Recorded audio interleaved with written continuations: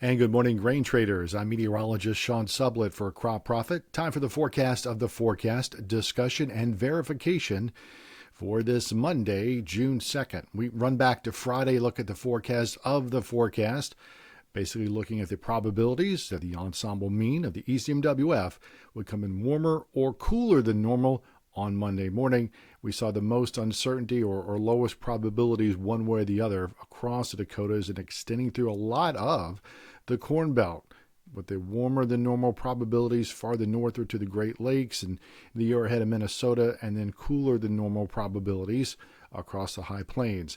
Then we look at the actual ECMWF ensemble mean this morning, and a lot of those areas with the uncertainty have come in warmer than normal, from about Des Moines and extending down to Cincinnati and encompassing just about all of Illinois and Indiana. Those probabilities kind of ringing true across the arrowhead of Minnesota, and similarly, although on the flip side, across western Kansas and Nebraska. Into week 2, days 8 to 14. Again, the forecast of the forecast from Friday with a very large warm signal, a 40 to 50% probability, coming in warmer than normal in week 2. Again, days 8 to 14. In the ECMWF ensemble means from the Dakotas and extending down to the Great Lakes. More uncertainty from Nebraska, the southern edges of the Corn Belt, down to the Ohio River Valley.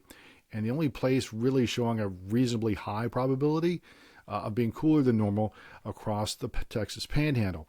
Almost all of those locations that didn't have a lot of certainty or median probabilities coming in warmer than normal now across a good part of the Corn Belt for week 2 in the ECMWF ensemble means in days 8 to 14. So we do see that kind of idea ringing true that we mentioned on Friday. This cooler, damper trend is starting to come to a close.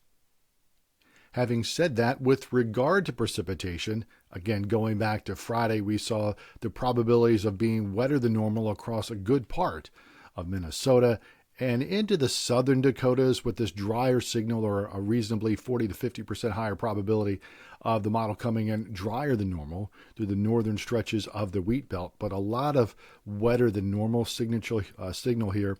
Most of that kind of rings true. However, that wetter than normal signature we saw in the model, the forecast from Friday, the actual model has come in on Monday morning, and it's a lot drier.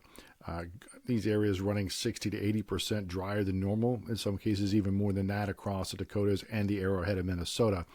Then in week 2, days 8 to 14, again, taking it back to how it looked on Friday, the 40 to 50% probability for a lot of the mid-south and the deep south coming in wetter than normal, and the drier signals running about 40% probability drier than normal across the western part of the Dakotas. A lot of that has held true in the actual ECMWF forecast this morning, but these places where we did not have much certainty and days to 8 to 14 from the forecast Friday have come in wetter than normal. Not an awful lot wetter than normal. Again, it's not necessarily about intensities, but 100 to 120% of normal precipitation for Minnesota and across the upper peninsula of Michigan.